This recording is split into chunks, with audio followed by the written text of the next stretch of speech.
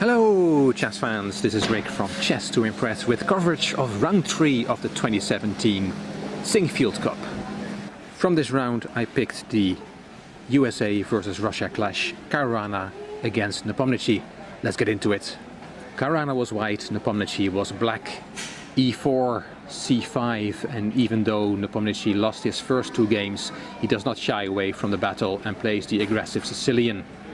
Knight c3, d6, knight ge2, knight f6, g3, g6, bishop g2, knight c6, d3. We are in a closed Sicilian, unusual at the highest level.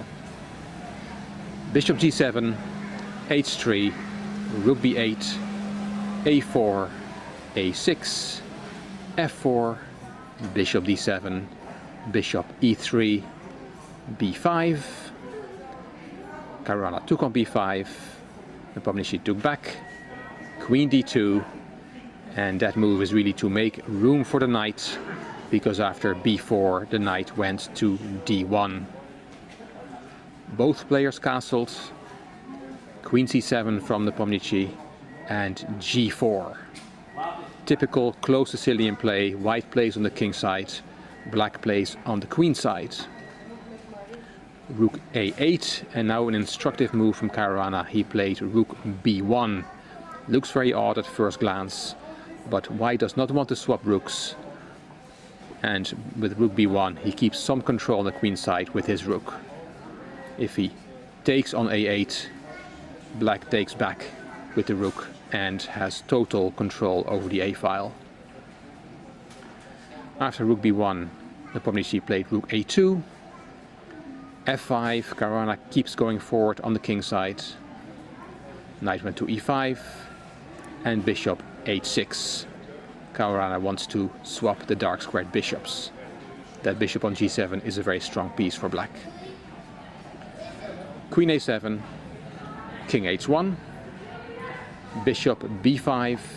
There go the dark squared bishops. Bishop takes, king takes, knight f4, c4, g5, knight fd7, knight e3, and Nepomniachtchi keeps going on the queen side. b3, d4, b takes c2, and knight takes c2, and here Nepomniachtchi played knight d3.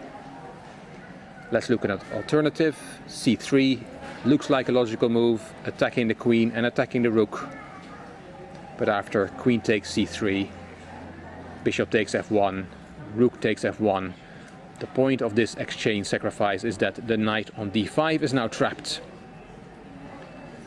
Just to continue the variation, queen b8, and then the knight gets taken.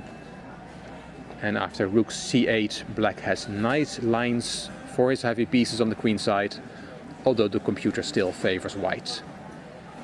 Which is probably why Nepomniachtchi did not go for c3 with the win of an exchange, then losing the trapped knight.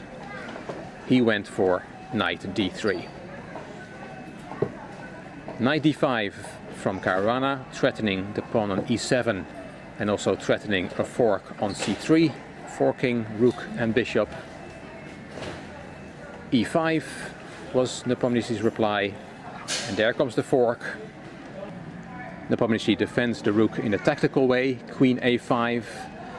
That rook can now not be taken because the queen on d2 is unprotected, so the knight on c3 is pinned.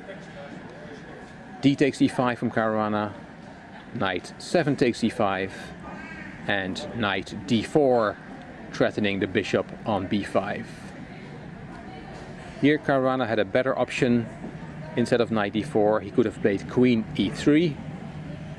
One of white's ideas is to play f6 and get the queen somehow to h6 to checkmate the black king. And you and I would get very nervous about this threat, but Nepomniachtchi said after the game that he felt black has enough firepower to stop being checkmated. Another aspect of queen e3 is that knight c3 is now no longer pinned, so white threatens to take the rook on a2. Let's look at a variation. Black can take on b2, rook takes, And then knight takes b2 is not good because of rook b1, and white wins a piece. Those two pieces that are lined up, one of them will go, but instead of knight takes b2 he can take with the queen on c3.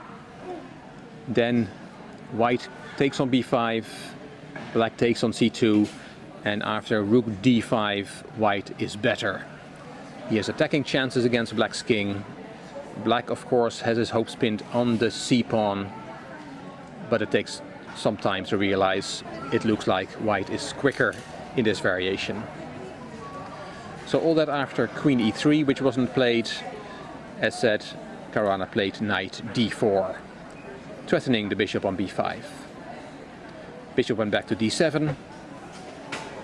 Rook fd1, protecting the queen, so now the rook on a2 is hanging and is also trapped. It doesn't have any safe squares. Nepomniachtchi played queen c5.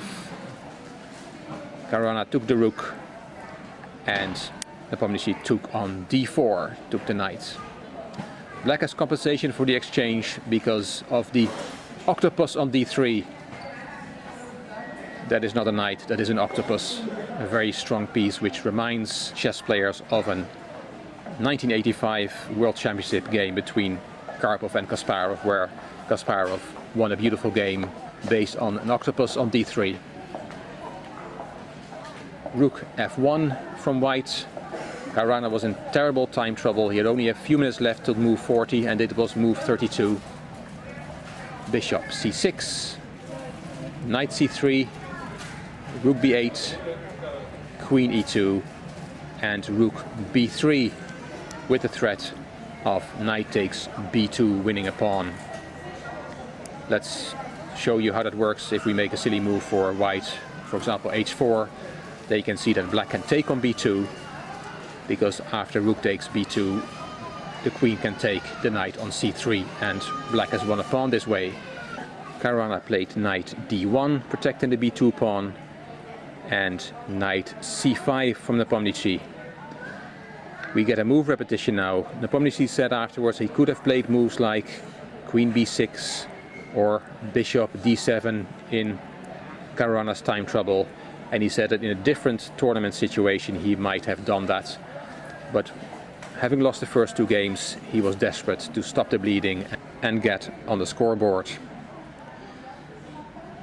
He's now attacking the e4 pawn with 3 pieces, so Caruana played knight c3, and the knight from c5 came back to d3 with again the threat on b2.